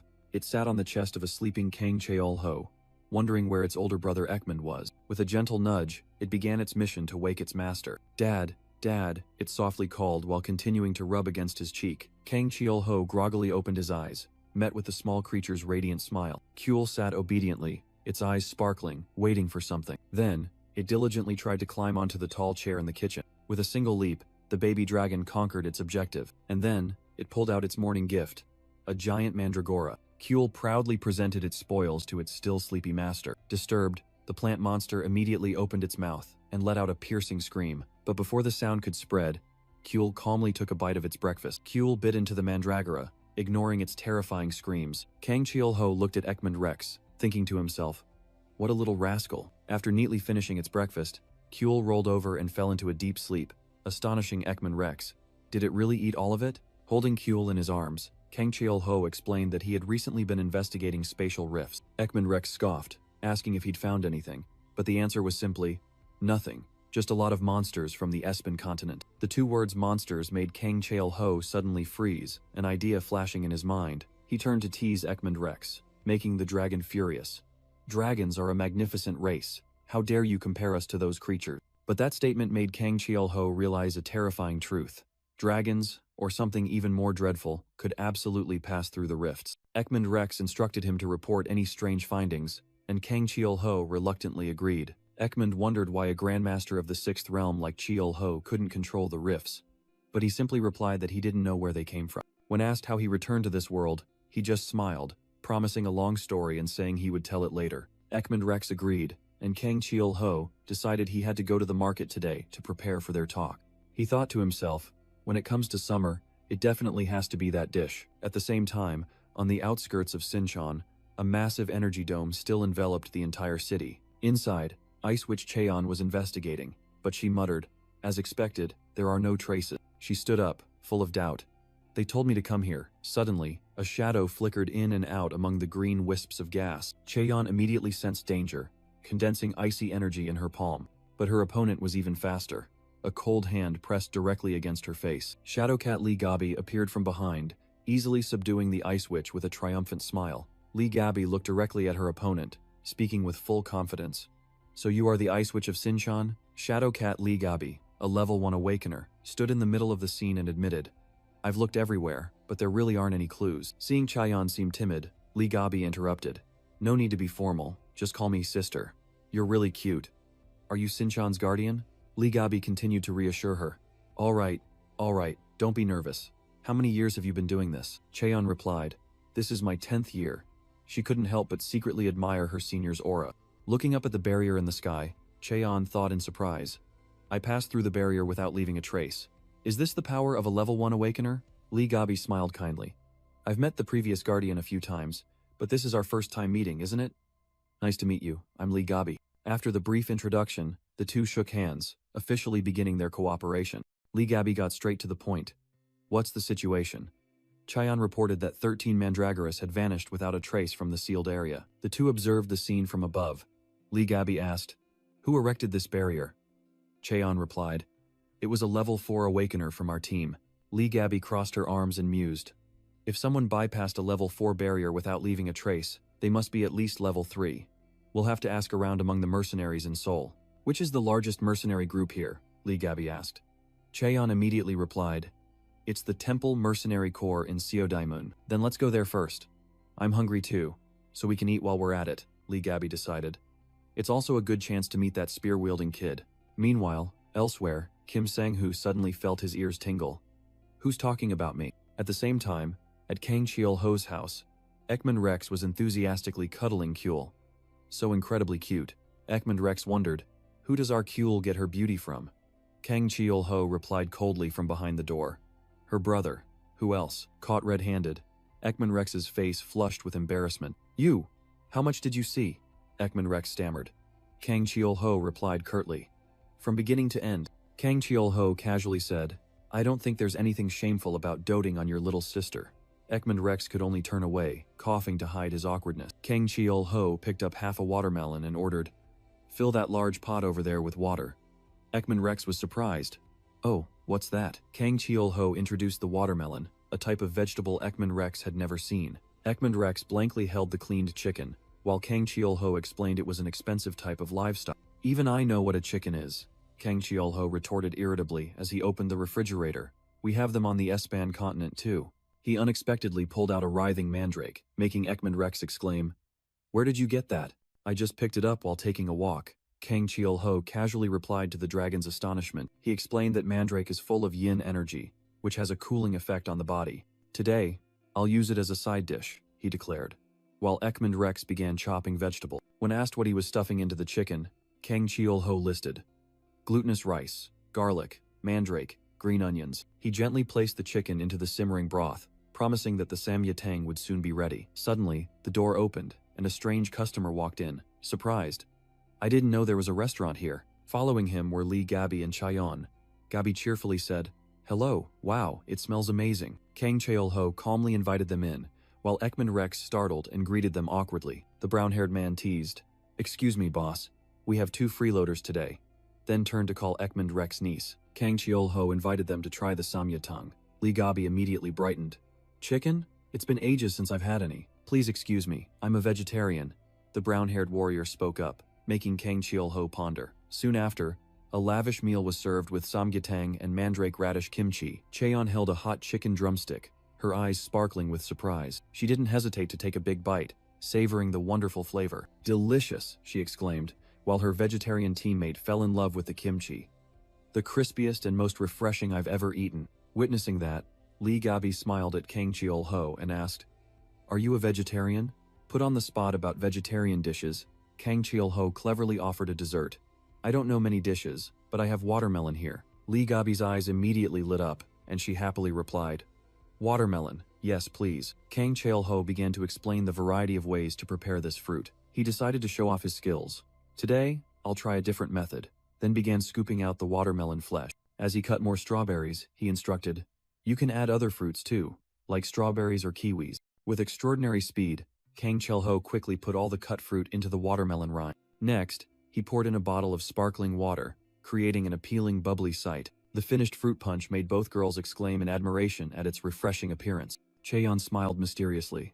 Well then, and used magic to create ice cubes from thin air. Kang Cheol-ho immediately realized, Oh, you're an awakener, as she introduced herself as the Ice Witch. Cheon looked embarrassed. Ugh, I don't really like that title. She recounted that she accidentally froze an entire arena, which is why she was given that unpleasant nickname. Lee Gabby chuckled at her teammate's embarrassment, while Kang Cheol-ho secretly thought, Why do such amazing people keep coming here? But then he shifted his attention to Lee Gabby, his gaze sharpening. More importantly, he secretly assessed. This person's aura is at the guardian level, or higher, and she's unrealistically beautiful. After finishing the meal, Lee Gabby happily thanked him. Thanks for the meal. Once the guests had left and only the pile of dishes remained, the real conversation began. Ekman Rex thoughtfully said to Kang Cheol-ho, About that woman just now, she was truly beautiful. So beautiful she didn't seem human, Ekman Rex continued, and Kang Cheol-ho simply replied, You guessed right. As Lee Gabby and Cheon's figures faded from view, Kang Cheol-ho revealed a shocking truth. She's an elf. Kang Cheol-ho explained, I used Detect Eye and saw that she has the ghostly sprint skill, which only elves possess. Ekman Rex wondered, But don't elves usually have pointed ears? Do you think she noticed us? Kang Cheol-ho mused, realizing that this world Not only had monsters from spatial rifts, but also other races that had adapted and lived here for a long time. Or worse, someone was hiding and plotting a dark conspiracy. Suddenly, he called out loudly, "Khan!" pulling Ekman Rex out of his thoughts. Kang Cheol-ho smiled. "I'll let you try a unique dish. Grab a spoon. We're making watermelon soju. We have to enjoy life a little more, don't we?" Meanwhile, elsewhere, Lee Gabby sighed after an inconclusive investigation. The brown-haired comrade teased, "Hey sis, if it vanished without a trace, why don't we just consider it a new natural law for Mandragora?" He scratched his head in frustration, listing a series of dead ends. No witnesses, no victims, nothing unusual in distribution. Cheon analyzed, if even a level 1 Shadowcat couldn't find anything, then the answer probably lies in an unexpected direction. Unless someone ate them all, the brown-haired comrade joked, then suggested they wrap things up. But Lee Gabi still felt something was amiss. Standing in the night city, she decided, there's no physical evidence, just suspicion. But something is definitely happening. She turned to her comrade and said, "We went all the way to the Temple Mercenary Corps and didn't get any information, only shocking news." The brown-haired comrade continued, "The captain of the temple, Cheon Tae-jung, is about to retire." In a hidden corner, the man mentioned quietly lit a cigarette. Cheon Tae-jung looked up at the starry night sky, beginning his monologue. He mused about the changing landscape, where buildings had replaced trees, and asphalt had replaced green grass. Clutching his lighter, he concluded wearily, "This land, once fragrant with flowers, now only reeks of monster blood. Now, I am tired." Amidst the chaotic night, Captain Cheon Tae-jung coldly ordered, "Protect the survivors." Standing before the entire corps, he solemnly declared, "Mission accomplished." Elsewhere, Kang Cheol-ho skimmed the article about their achievements, remarking, "Impressive." The baby dragon Kyul rubbed its head against his leg, and Kang Cheol-ho smiled, asking, "Oh, you're awake?" He picked Kyul up, praising, "Your fashion today is quite good. Well done." Kyul proudly replied, "That's right. Sleeveless is more masculine, isn't it?" The little dragon was incredibly excited, unable to stop drooling. It snuggled into its owner's arms, whining daddy, and he gently responded. Kang Cheol-ho pondered, chin in hand. "What should we have for breakfast? It has to be something really delicious." He philosophized. Life is short. There are only 3 chances a day to eat well. Then suddenly realized something. He pinched Kyul's chubby cheeks, teasing, "Oh, but of course, your life isn't short at all." After some deliberation, he decided, "Then let's have white rice. Whole grains are good for health, but our bodies aren't really affected by those things anyway." "Fluffy, go wake your brother up," Kang Cheol-ho ordered, and Kyul happily ran off immediately. In the bedroom, Kyul hovered in the air, aiming straight for Ekman Rex, who was in a deep sleep. With an excited cry, the baby dragon landed directly on the dragon guest's face. Ekman Rex's piercing scream echoed throughout the house, met by Kang Cheol-ho's satisfied smile. Breakfast was ready. Bibimbap with bento eggs and vegetables, a special dish made from unique ingredients. As Ekman Rex mixed the rice bowl, he wondered, "What is this? Why does it smell so strange?" To which Kang Cheol-ho calmly replied, "Just trust me." Once mixed, all 3 tasted the first bite together. An explosive flavor astonished everyone, and breakfast began in absolute satisfaction. After the hearty meal, empty bowls lay scattered on the table. Ekman Rex asked worriedly, "Can, the little one has been strange lately. She just eats and then falls asleep. Is she okay?" Kang Cheol-ho gently stroked Kyul's chin, reassuring him, "This is part of their development process. At this stage, they eat and sleep a lot. So we'll soon know her rank." Ekman Rex excitedly picked up the yawning Kyul. "I'll put her to sleep first." The doorbell rang, and Kang Cheol-ho turned to greet, "Welcome, esteemed guest." Kim Man-ho walked in, smiling as he remarked, "Oh, the rice smells delicious." The guest ordered, "Ramen first, please. And for the rice, cold rice is best." Kang Cheol-ho smiled knowingly. Of course, cold rice with ramen is the perfect combination. While waiting, Kim Man-ho flipped through a newspaper, his eyes stopping at a familiar name. On the newspaper page was a picture of the captain of the Temple Mercenary Corps. The peaceful atmosphere outside the restaurant was oblivious to the stories about to be revealed inside. Kim Man-ho exclaimed, "This kimchi is absolutely delicious," unaware that he was enjoying a dish made from mandragora. The door opened again, and Jae-woo Choi entered with an enthusiastic voice. "Greetings, sir, and greetings to Lord Shikshin." Jae-woo Choi chuckled, "Looks like you're here to eat," then turned to Kang Cheol-ho. "I just stopped by to say hello. This summer heat is really harsh," Kang Cheol-ho said as he handed him a glass of cool water. Jae-woo Choi proudly boasted about his abundant stamina, while Kang Cheol-ho secretly thought, "That's thanks to the mandragora." Jae-woo Choi suddenly lowered his voice. "By the way, the spear mage must be feeling quite uneasy lately, right?" Hearing this, Kim Man-ho interjected, "The spear mage? Cheon Tae-jung is about to retire. Kang Cheol-ho was stunned by the shocking news. Retiring? Kim Man-ho explained with a heavy expression.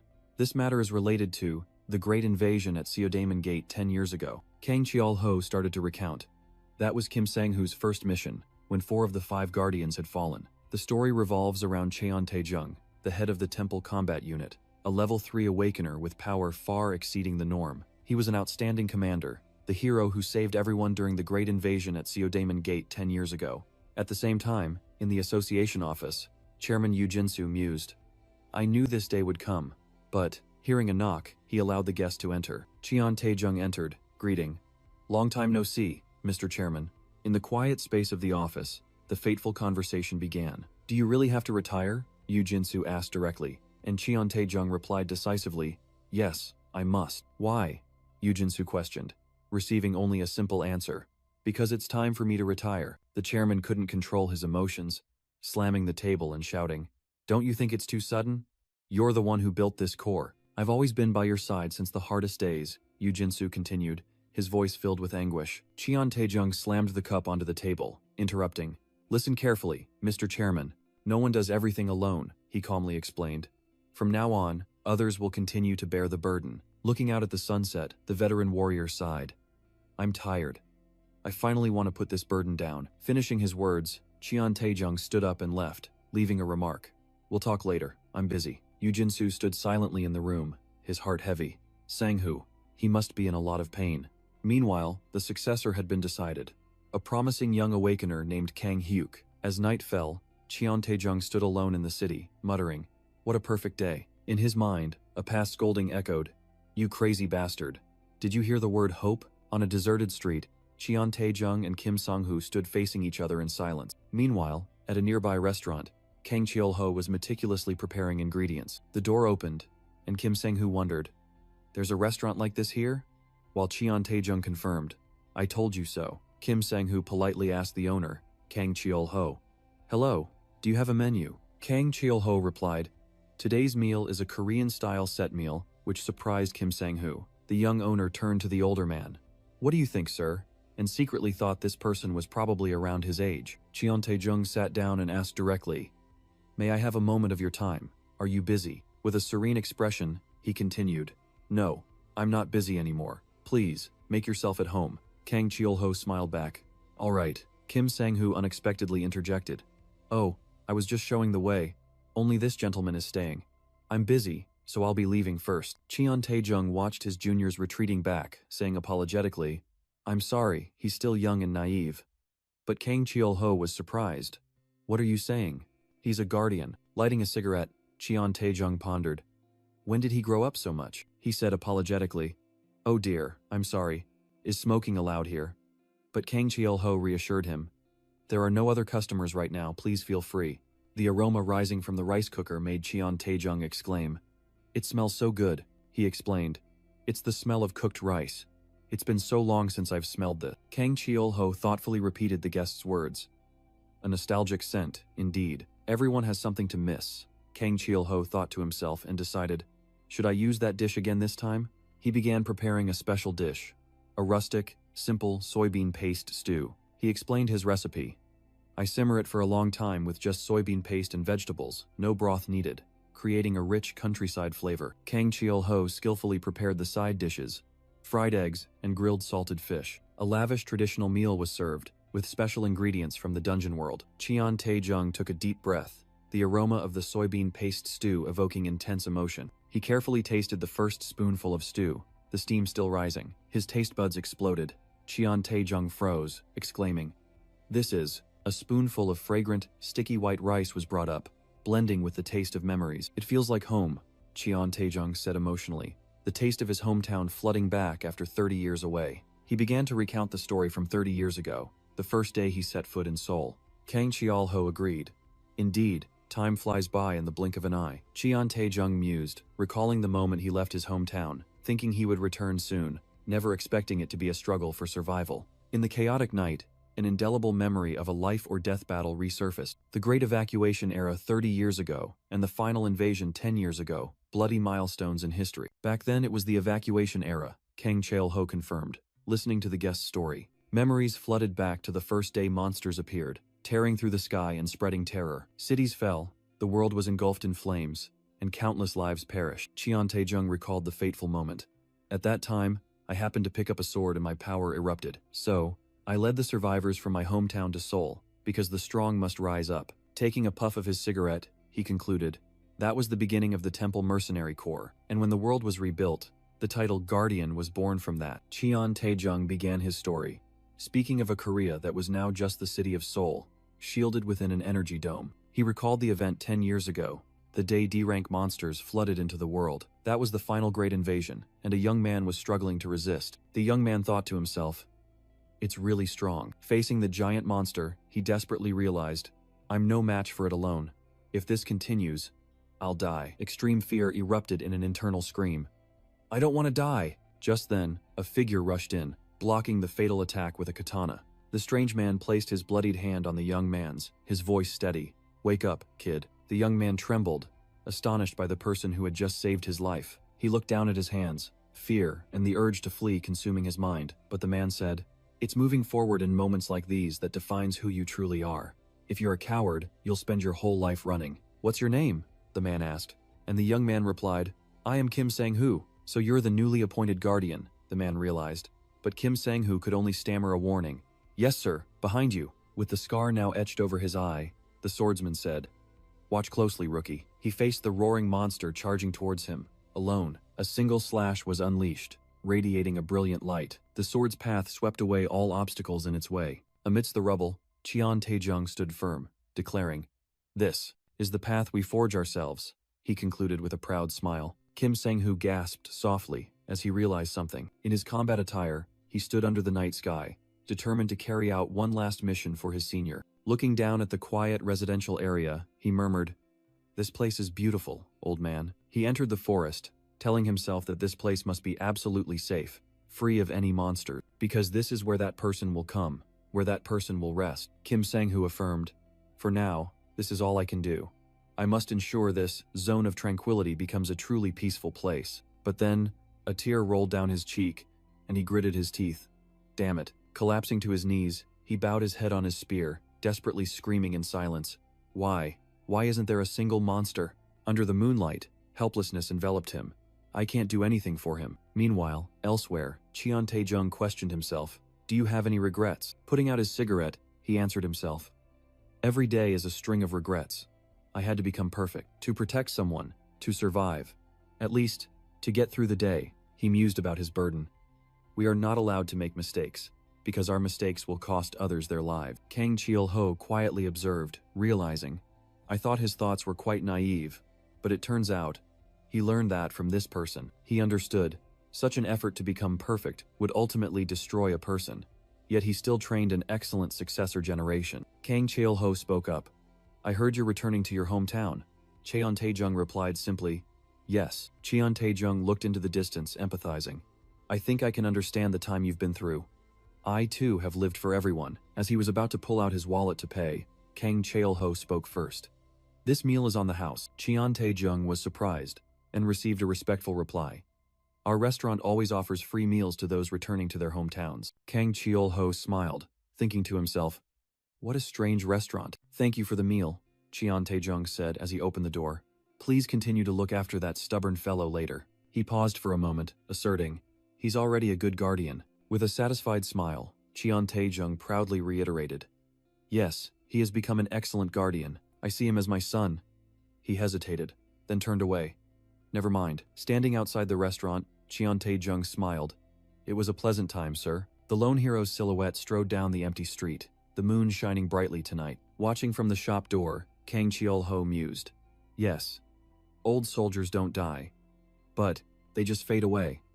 His thoughts concluded as Cheon Taejung sped off on his motorcycle, leaving the city. He stopped by the roadside, taking off his heavy helmet. Looking towards his hometown under the dawn light, he solemnly declared, I'm home. Meanwhile, in a distant place, Kim Sang-hoo stood silently on a cliff. Take care and live well, old man, he said, tearing up in a silent farewell. When Kim Sang-hoo left, the cliff returned to its inherent tranquility. A small creature with many tails suddenly appeared, whispering, so soft, it recalled, both the human who just left and the mysterious creature. the one who gave me the sparkling stone, something soft that has never hurt me. Come here, it decided, following its instincts. The dawn light shone upon the town, signaling the arrival of a new, gentle human. Suddenly, Kang Cheol-ho found himself lost in darkness, echoing voices calling, Miro! Lantero? Miro! In the dark space of his subconscious, Kang Cheol-ho panicked as voices from the past echoed, Lantero, are you awake? His mind was disturbed, images shattering in a chaotic nightmare. Memories flooded back of Miro Lycus facing a powerful army and a terrifying summoned entity alone. From the center of the magic circle, a powerful voice rang out. Are you the one who summoned me to this dimension? A horned mage unleashed a fierce magical attack towards the hero. What nonsense are you spouting? Miro Lycus replied, his face cold and unwavering. In an instant, the attacking magic circle began to crack under immense pressure. The enemies did not falter, continuing to unleash a barrage of magical attacks. But Miro Lycus was faster. He delivered a steel punch, shattering the magic barrier. Kang Cheol-ho jolted awake, gasping for breath, covered in sweat. He raised a hand to his forehead, the lingering echoes of the dream battle still deeply etched in his mind. Just as he sat down at the table, he saw Ekman Rex sprawled on the floor and asked in surprise, What's wrong with you? You're emitting such overwhelming killing intent, Ekman Rex yelled. And you ask me what's wrong? Kang Cheol-ho gently rubbed his forehead and tiredly offered a brief apology. Damn it, it's nothing, he muttered. It's been almost 10 years since the war ended. Yet I still get like this thing, he muttered. It's been almost 10 years since the war ended. Yet I still get like this sometimes. He suddenly realized, perhaps, it's because yesterday I heard about the great invasion in Seoul 10 years ago. The day I confronted the Demon King. It couldn't just be a coincidence. Looking at the faint dawn light outside the window, he concluded thoughtfully, even so, we probably won't meet again here. Kang Cheol-ho stood with his arms crossed, watching Kyul, his face filled with resignation at her cries. He sighed, seeing the entire wall transformed into a scribble, thinking to himself, at times like these, you really do look like a child. Let's see. What did you draw here? Chicken? He picked up the fried chicken advertisement, immediately catching Kyul's attention. When Kyul innocently pointed at the stick figure, Kang Cheol-ho asked in confusion, This is chicken? Huh? He squatted down to look at the other drawings. Fish? It even has arms, so it must be a merperson. Have I ever seen a merperson? You little devil, he lifted Kyul, facing her glistening, tearful eyes. Kyul immediately rubbed her head affectionately against his cheek, calling daddy, which softened Kang Cheol-ho's heart. He gently patted her head and laid down a condition. I'll make chicken for you today, so you have to erase all these drawings. Got it? Just then, Ekman Rex burst into the room, toothbrush still in his mouth. Is the kid up to her tricks again? Kang Cheol-ho casually assigned a task to the red-haired man, who was clutching his head. Today, you'll teach Kyul what cleaning is. Seeing Kyul still clinging to Kang Cheol-ho, Ekman Rex pouted and asked, Hey, why do you seem closer to Kyul than I am? Watch the house carefully. I'm going to buy food. Kang Cheol-ho called back as he left. The scene shifted to a bustling outdoor market, teeming with people. Kang Cheol-ho carried a bag full of chicken, muttering, So much chicken, huh? Well, someone eats a lot. Actually, it's a dragon. The butcher cheerfully said, Today's my lucky day, and there's a festive atmosphere today too. He pointed into the distance. Just try heading towards the plaza. It's probably still in the trial run phase. In the plaza, a gigantic metal golem was moving powerfully. The crowd below cheered excitedly at the combat machine's spectacular display. Amidst the crowd, a strange woman approached Kang Cheol-ho from behind. It's a golem. Huh? Hello, sir. The girl started a conversation. Are you here for sightseeing? Kang Cheol-ho replied. I'm here to attend the trial run of a newly developed ogre. Kang Cheol-ho wondered about the name ogre, and the purple-haired woman confirmed it was a controllable golem, powered by magic stones. He calculated in his head. Its power is immense, but its limitations are also very clear. The combat machine proved effective against giant monsters thanks to its superior strength. However, it became useless against small and agile enemies, completely unable to keep up with them. The woman revealed that not everyone could control it, making Kang Cheol-ho curious about the pilot's identity. He immediately recognized it as a gear walker, a level 1 awakener, one of only 3 known. To pilot the golem, the operator must have a special physique to transmit energy from the magic stones, and the one who possessed the golem meister profession was Kim Hoon, a level 1 awakener. Kang Cheol-ho concluded that despite the high cost, this technology still had the potential to change the world if invested in properly. Feeling there was nothing more to see, he decided to leave, but the woman called him back. She smiled in relief, knowing his restaurant was still open, promising to visit soon. Kang Cheol-ho strode down the street at dusk, a bag of newly bought items in his hand. Just as he opened the door, He froze before a strange silhouette, a giant blue creature. In the messy room, an exquisite water spirit stood, while Kuehl cheered happily beside her. Ekman Rex grinned and greeted. "Oh, Cheol Ho, you're back. What's with that spirit? Is she yours?" He excitedly explained that Kuehl had just been identified as a spirit master. As Ekman began to ramble about the dragon race, Kang Cheol Ho immediately recognized her as Undine, the spirit of water. Kuehl unexpectedly hugged Undine, calling Mommy, causing Ekman to hastily correct her in vain. Kang Cheol Ho asked, "A spirit like that must be a high-ranking one, right?" And Ekman tiredly confirmed it. He mused. The power of a high-ranking spirit in combat was truly not to be underestimated. Ekman explained about the spirit kings representing the 4 elements: Undine, Salamander, Sylph, and Gnome. 4 dimensions existed in parallel: the Demon Realm, the Spirit Realm, the Espan Continent, and Earth. Among them, a mysterious link had formed between the Espan Continent and Earth. Kang Cheol Ho thought to himself, "My brain can't keep up with this." He turned to Ekman, asking practically, "Anyway, at least have you taught her how to clean?" Hearing the command, Undine immediately used her water power to clean the messy table in the blink of an eye. Kang Cheol Ho smiled, deciding, "Since the little one has awakened, we should have a celebration party." Immediately, he took out a bowl of fresh chicken, preparing for the feast. In the kitchen, he began marinating, reminiscing about the fried chicken craze that swept the country 30 years ago. Countless variations were born, from seasoned chicken to soy sauce chicken, creating a rich culinary landscape. The chicken pieces were dropped into the sizzling hot oil, emitting a mouth-watering aroma. But above all, only one type was the pinnacle, the foundation of all creativity: traditional fried chicken. Kang Cheol Ho brought out the golden brown chicken dish, and Kuehl was immediately drawn to it, shouting to eat. The little dragon happily gnawed on a small piece of chicken in Ekman's arms. Watching Kuehl eat with relish, Kang Cheol Ho could only chuckle. "You little rascal." Kuehl looked up with glistening eyes, her mouth still greasy, enjoying the wonderful taste. Seeing this, Ekman couldn't hold back anymore. "I want a piece too." But Kang Cheol Ho stopped him. With a serious expression, Kang Cheol Ho declared, "In my world, the way one eats fried chicken reveals their true nature." He posed a surprising challenge. "So, Ekman, which part will you eat first?" Ekman Rex broke into a sweat, speechless before the seemingly simple yet incredibly pressure-filled question. In Kang Cheol Ho's hand was a piece of chicken neck, he mused. "I like this part, but what does it say about my nature?" Seeing Kuehl ravenously digging in, he chuckled to Ekman Rex. "All right, just kidding. Let's eat too." Ekman Rex cried out in despair as Kuehl's belly was full. "Oh my god, I haven't even had a bite." While Kang Cheol Ho calmly remarked, "She ate the bones too.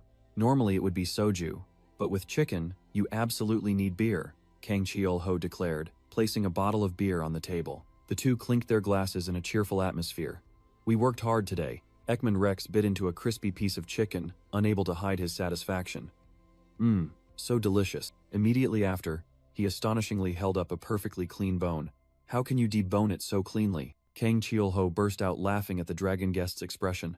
"There are so many small bones." Mid-meal, Kuehl suddenly snapped her head up, drawn by a strange sound. Outside the window, unexpected fireworks burst open, illuminating the entire night sky. Ekman Rex flinched. "I thought war had broken out or something," but Kang Cheol Ho merely smiled. "It seems the festival is still ongoing." He picked Kuehl up, gently explaining, "Those are fireworks. Is it your first time seeing them?" And the little dragon joyfully exclaimed, "Papa." Looking at Kuehl with affection, Kang Cheol Ho suddenly realized, "Come to think of it, she's always been in the restaurant." "Khan, when will she be able to transform?" Ekman Rex replied, "Now that she's awakened her profession, I think it'll be soon." Then curiously added, "And fire breath too?" "Yes," Kang Cheol Ho smiled expectantly. "I'm really looking forward to that." Under the brilliant fireworks, he secretly dreamed of the future. "I'll buy her beautiful clothes, take her all over the world, tie her hair, and buy her a necklace." At the same time, in a top-secret laboratory, a giant mechanical drill was being started. Kim Hoon, the golem pilot, irritably complained, "The machine is too heavy. The magic stone's performance isn't as expected. We need a metal that absorbs mana better." He sighed, tiredly entering the changing room, unaware that someone was already waiting. A familiar voice rang out as the purple-haired woman smiled. "You've worked hard," causing Kim Hoon to remind her. "This is the men's changing room," Kim Hoon teased his purple-haired teammate. "Just because you're called an old lady, are you really acting like one now?" "Damn it, because of that test, I've only had water all day," he grumbled, while she had already found a restaurant. He brushed her off. "You're even older than my mom," then asked about the restaurant, and she concisely replied, "In Seodaemon." The purple-haired woman mentioned that the place was near Kim Sang-hoo's area, then abruptly asked about Commander Cheon Tae-jung's retirement news. "Unfortunately, he's a good man," Kim Hoon called out from the locker, while the woman admitted it was time for him to rest. With a distant look in her eyes, the woman silently wished she also had a homeland to return to. Changing the subject, she asked about the new magic stone, and Kim Hoon remarked that the mana concentration was quite high but not entirely pure. Leaning against the locker, he confirmed it came from the newly ranked level 1 dungeon, but something felt very suspicious. She explained it was a cave-type dungeon in Incheon, with no monsters, except that the sky had started emitting strange light. At the same time, at that very location, Kang Cheol-ho sensed an anomaly as the necklace in his hand began to vibrate. He looked up at the purplish sky, sensing something was about to descend from above. He recalled countless treasures acquired from dragons and even the Demon King in the past, currently managed by Kasim. Memories of dragons always being terrified and avoiding the name Miro Lycus flooded back. Using the magic power staff, one of those treasures, Kang Cheol-ho confirmed a large source of magic power was being detected. From afar, he saw Kim Sang-hoo's team defeated and wondered what the hell had happened at this magic stone mine. Sensing the abnormally excessive magic power, he frowned, realizing, "I knew it." Cracks began to appear in the sky above, signaling a terrifying event was about to begin. The cracks spread, tearing through space in an explosion of crimson energy. A colossal, sturdy gate appeared from nothingness, emitting a dazzling light. Immediately after, a horde of ferocious bull-headed monsters roared, pouring out from the gate. Amidst the chaotic battlefield, Kim Sang-hoo yelled, "Damn it! Formation D, prepare for engagement. The giant boars are pouring in." He continued to command, "The rest of you, block them from the outside." That's a level 6 great boar that has evolved into a combat form. At the same time, on another flank, Kim Man-ho braced himself, his Shikshin ability erupting from his hand. He unleashed a massive energy shield, halting the monster's furious assault. Returning to Kim Sang-hoo, he shot down like an arrow, yelling, "I'm coming," to save a desperate teammate. The spearman landed powerfully, sending dust flying everywhere. He looked back with stunned eyes, roaring, "Are you crazy?" Without a second's hesitation, Kim Sang-hoo swept his spear horizontally, creating a storm of energy that swept away the monster. Even so, his face remained tense as he looked ahead, sensing an even greater danger. A dark cube hovered in the sky. He immediately recognized. The final boss has appeared. Prioritize saving the injured. The cube shattered, unleashing crimson lightning bolts that engulfed the entire battlefield. Kim Sang-hoo froze, seeing himself surrounded by a monster army many times larger. All around, his teammates were falling before the enemy's ferocity. Sweat pouring down, Kim Sang-hoo faced a captain's choice. "I have to choose," he told himself. "If I want to protect the remaining members and civilians, I must choose to provide rear support." But then, the image of blood-stained hands appeared in his mind. What about the teammates trapped at the front? Is choosing the majority the right thing to do? Clutching his spear shaft, he recalled a saying, "Heroes say they regret every day." His eyes burned with inner turmoil. How much pain did they endure at the crossroads of life and death? It's disgusting. Looking at his blood-stained hands, he was honest with himself. "Honestly, I just want to run away." But then, Cheon Tae-jung's voice echoed in his memory. Taking one step forward in times like these is what truly makes one strong. Inspired by the teachings of old, Kim Sang-hoo declared, "I will become a true hero." A team member spotted an ally surrounded and shouted, "I'll lead. Formation A, break through with force." Kim Sang-hoo charged forward alone, facing a sea of ferocious boar monsters. The spear in his hand flashed, unleashing a torrent of purple lightning that swept across the battlefield. The other members also charged, fighting valiantly amidst the enemy encirclement. But the monsters were too numerous. Kim Sang-hoo gasped for breath, feeling his mana nearing depletion. Just then, a blazing red cube appeared. The first boss had revealed itself, giving them no moment of rest. A teammate yelled a warning.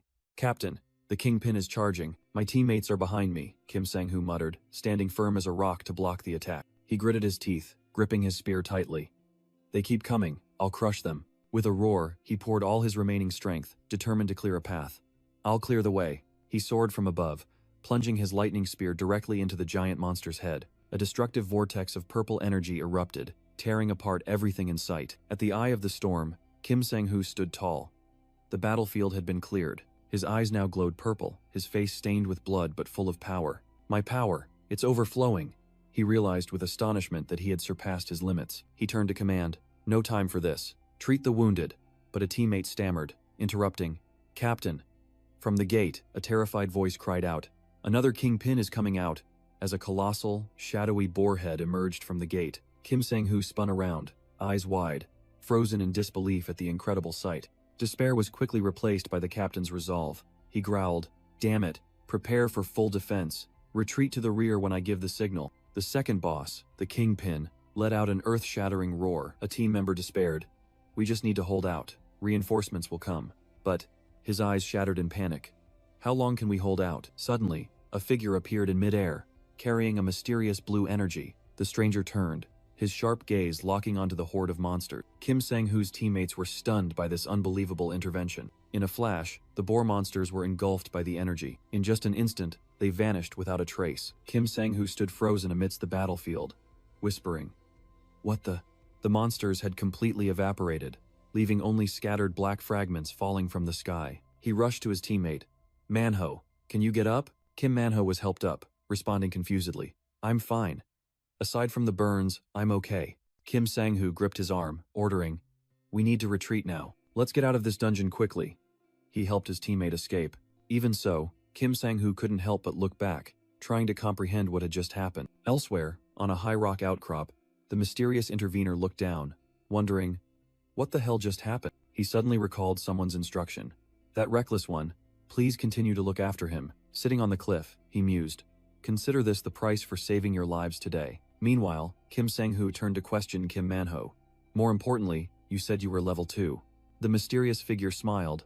With this battle, he has reached the master class. Korea now has its 4th level 1 awakener. Kang Cheol-ho's stomach rumbled, signaling a gnawing hunger. Amidst the magnificent sunset, he decided, "How about we eat first?" He quickly built a roaring, vibrant fire. Sitting by the fire with Ekman Rex, Kang Cheol-ho remarked, "The fire isn't big enough yet. Wait a moment." Ekman was astonished to see Kang Cheol-ho easily return, carrying a large armful of firewood. Meanwhile, Ekman Rex secretly wondered, just how strong is this guy? Really? When Kang Cheol-ho asked, Ekman startled and replied, "Oh, nothing." Kyul stared curiously at the dancing flames, muttering a single word, "Fire?" Immediately, a brilliant magic circle was summoned by Kyul, making Ekman Rex panic.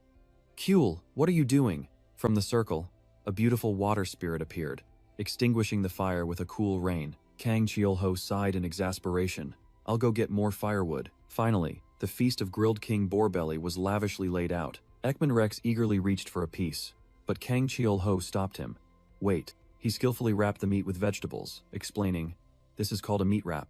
The explosive deliciousness made Ekman Rex exclaim with utter satisfaction. After eating his fill, Ekman Rex asked, "Khan, are you still investigating that dungeon?" Kang Cheol-ho recounted, "Today, at the Magic Stone Mine dungeon in Incheon, I saw a large horde of boars, all combat types." He mused, recalling the image of the ferocious monsters.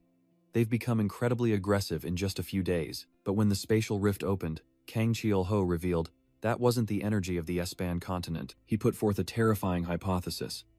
Perhaps Earth is connected to yet another dimension. A phenomenon beyond comprehension is occurring. 4 energy gates converging into one point. At the Korean Awakener Association headquarters, the aftershocks of the battle still lingered. President Yoo Jin-soo reviewed the report on the Incheon dungeon raid, exclaiming, "Truly astonishing." He informed Kim Sang-hoo, "Ever since that blinding light, the monsters have completely vanished, even the bosses." Gabby said the exact same thing, Yoo Jin-soo mused. "What the hell happened, anyway?" Then he smiled. "In any case, congratulations.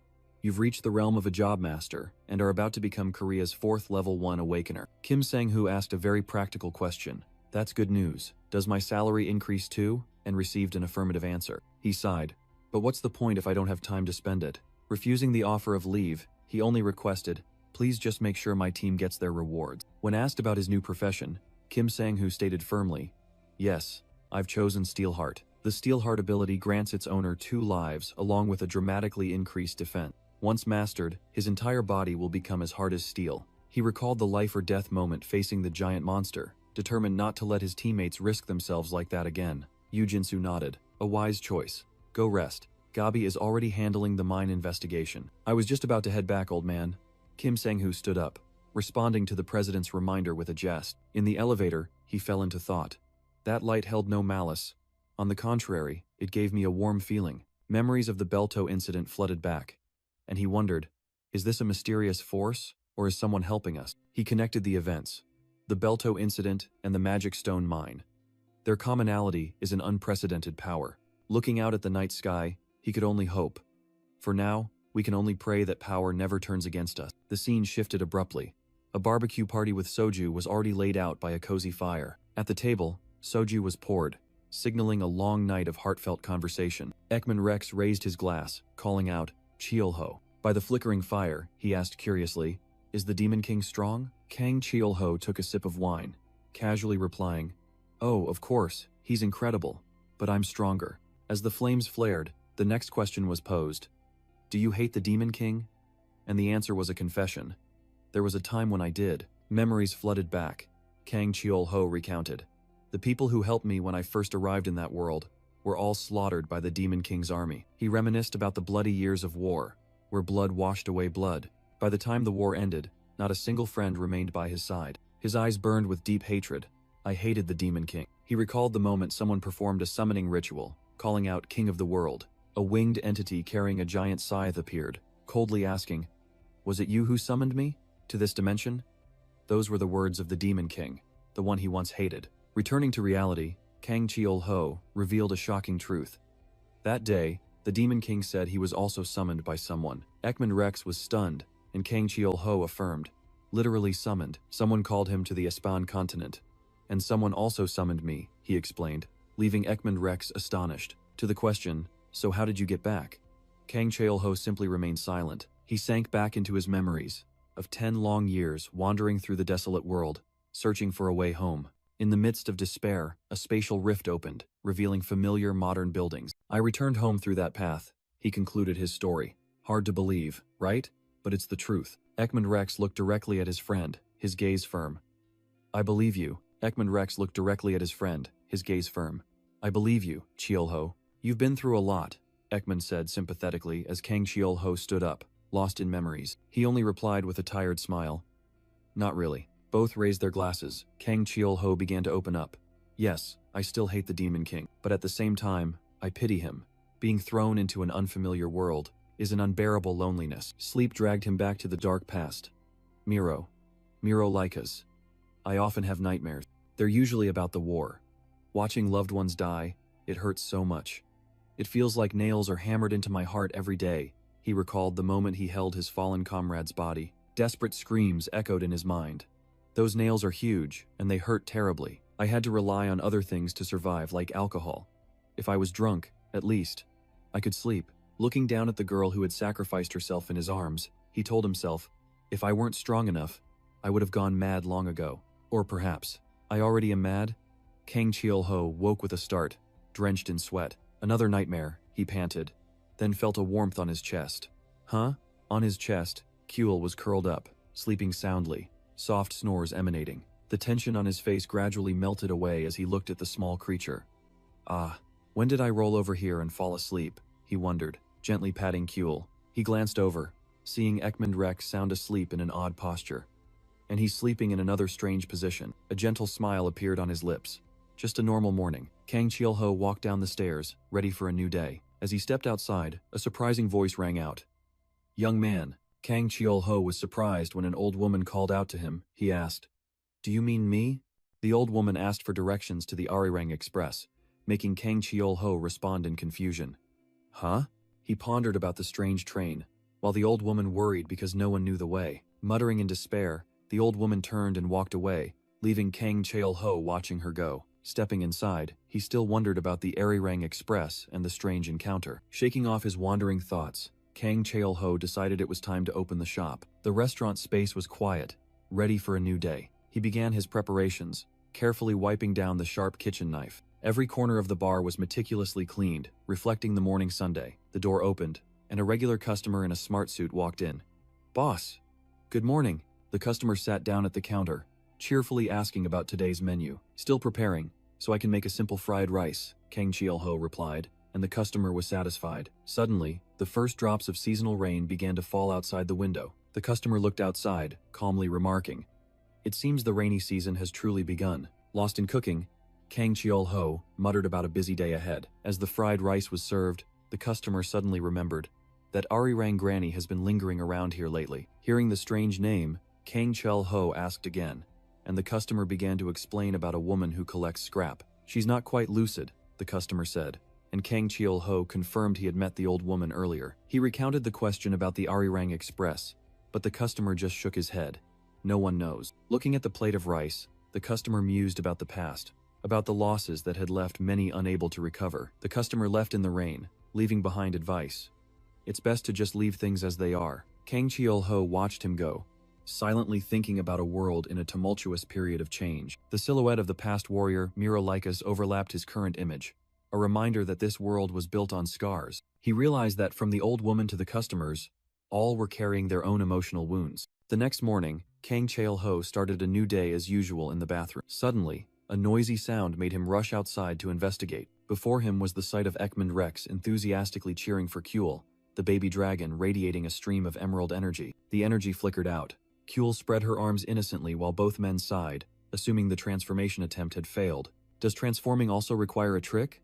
Kang Cheol-ho asked curiously, and Ekman Rex explained that the first time is always the hardest. He gently picked up Kuel, who was already dressed in tiny clothes. Kang Cheol-ho thought to himself, "As expected, she's quite big.